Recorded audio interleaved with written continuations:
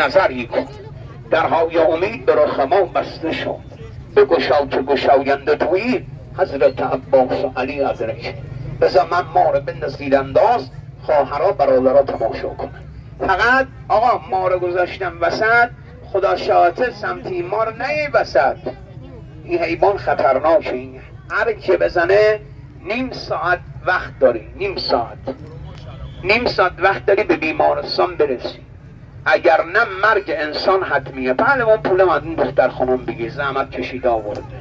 خواهر برادر آیون داداشم پهلوان، من این حرف بزنم، این آقا دم گوش من میدونی چی گفت؟ اینو بنده وسط. این آقا میدونی دم گوش من چی گفت؟ گفت پهلوان یه جا مهره مار اگه دارید ولی خواستشم به من بگو، بذار وسط. اما جلو نیاد کسی، بذار سر آبه، میتونی یه خورده آب بریز جلوش، بین میخوره تشنشه، اگه تشنش باشه میخوره. آره آب بریز اونجا تشنشه، آب بریز، خودت زیاد جلو نرو، آب بریز. اونم آب خوردنش. نگاه کن قدرت الله بی عیب. ببین قدرت خدا رو، عظمت خدا رو. این آب خوردن یه سر گذاشته رو. من میدونستم اون تشنشه.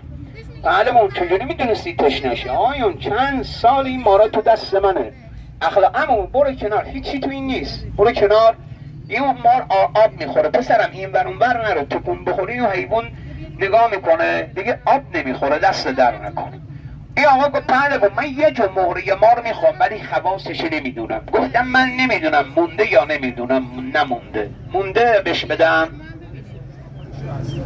یه جفتش بیار بدم بی آقا، خواستشم بگم. اون آقا میگه خواستش چیه؟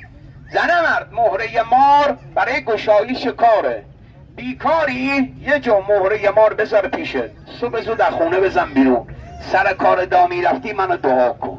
آقا داداش دیدی داداش، بلند نشو بشی. آقا خانم داداش، یه جو مهره مار زن مردی اختلاف داره، 24 ساعتی خدا دعوا داره. توی یه خونه دعواست، زن مرد اصلا کار میخواد به جدای طلاق بکشه. اینطوری بهت بگم یه جو مهره مار بذار همراه اون زن مرد، اون اختلاف کلنه برطرف میشه. آیا خانم داداشا کسی دوست داری، دوست داشتن حرام نی، گناه نیست، ولی طرف مقابل از تو خوشت نمیاد. یه جو مهره مار اصلیه بذار همراه، در فاصله 20 متری روبروی طرف وایسا. مهرت به دل طرف افتاد، طرف عاشق تو شد، از نظر مهره مار بدون. خانم آیون مهره مار کسی گرفت، داداشا برادرها عزیزای محترم، بیکاری نبری خونت بخوابی، صبح زود از خونت بزن بیرون.